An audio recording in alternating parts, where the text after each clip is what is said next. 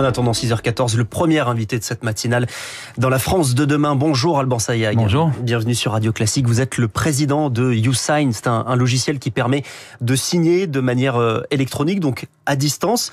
Dès que déjà qu'on arrive à comprendre un petit peu ce marché, cela représente combien de documents signés de cette manière-là tous les ans ? Alors aujourd'hui, c'est à peu près 5 millions de documents signés par mois, donc un peu plus de 60 millions par année, en France, mais aussi en Allemagne, en Italie, qui sont nos gros marchés. La signature, elle a la même valeur quand elle est signée à distance que quand elle est signée sur un bout de papier ? Elle l'a si c'est fait avec un tiers de confiance comme les YouSign. Donc la valeur ajoutée de ce logiciel, c'est de lui donner la valeur juridique d'un document papier signé de façon manuscrite. Et vous êtes reconnu donc pour être un tiers de confiance ? Vous avez une certification ? On est certifié, tout à fait, tiers de confiance, autorité de certification, pour garantir que l'identité de la personne avec qui vous signez est la bonne et que le document n'a pas pu être modifié dans son intégrité. Et cette certification, elle est acceptée par tous les pays du monde ou dans un espace ? C'est européen. C'est européen.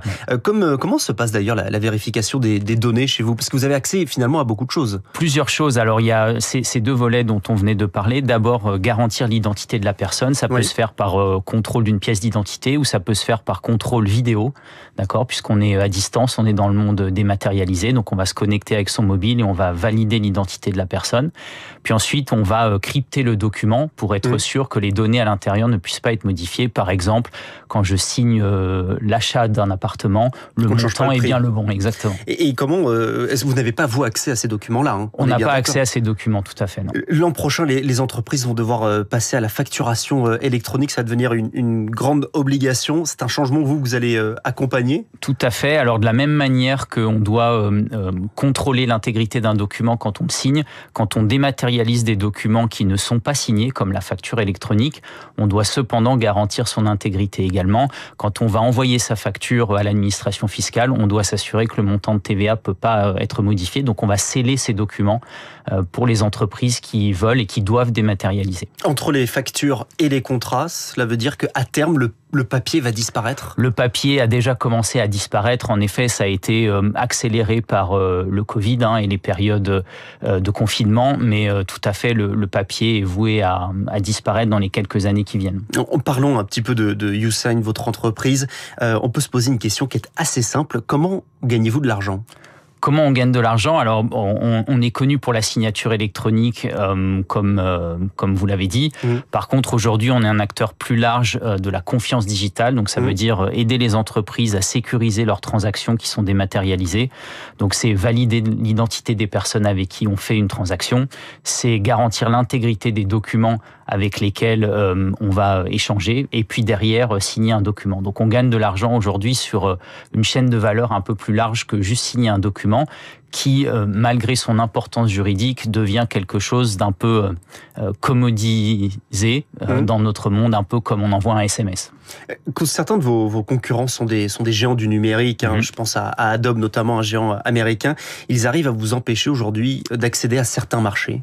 Alors ça peut arriver, c'est de moins en moins le cas. Je dirais qu'aujourd'hui, le côté souverain de services de confiance comme ça devient de plus en plus important pour nos clients. Alors évidemment, ce sont des géants, ils ont des parts de marché importantes, mais sur des marchés très régulés comme le notariat par exemple ou l'immobilier, on voit que pour les entreprises, travailler avec des acteurs souverains est important. Comme vous l'avez dit, on accède à des données très sensibles, on parle des contrats et des données les plus sensibles des entreprises, donc c'est un élément qui devient important. Et on préfère le confier à une entreprise française. Donc vous êtes présent en France, mais pas seulement, aussi dans d'autres pays. Comment vous faites pour choisir un marché que l'on va conquérir ensuite? Il y a plusieurs éléments. Alors, on va regarder la partie réglementaire. Est-ce que dans ce pays, il y a des obligations légales liées à la digitalisation des documents ? C'est vrai dans la plupart des pays européens, mais les maturités... C'est assez uniformisé tout de même. Les maturités peuvent être différentes. Par exemple, dans les pays du nord de l'Europe,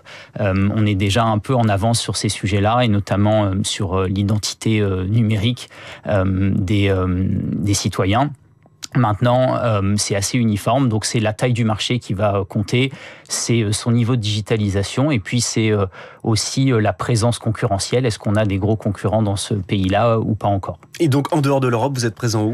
En dehors de l'Europe, on n'est pas présent. Aujourd'hui, comme on l'a dit, on a un statut de tiers de confiance, autorité de certification pour les pays européens, et donc on se limite à ça pour l'instant. Les États-Unis, par exemple, ou l'Asie sont pas dans notre stratégie aujourd'hui. Il y a des pays où vous vous dites on aimerait bien y aller, mais finalement on fait un petit peu demi-tour parce qu'il va y avoir des difficultés à la mise en place. On a tenté les pays d'Europe de l'Est pendant un certain temps.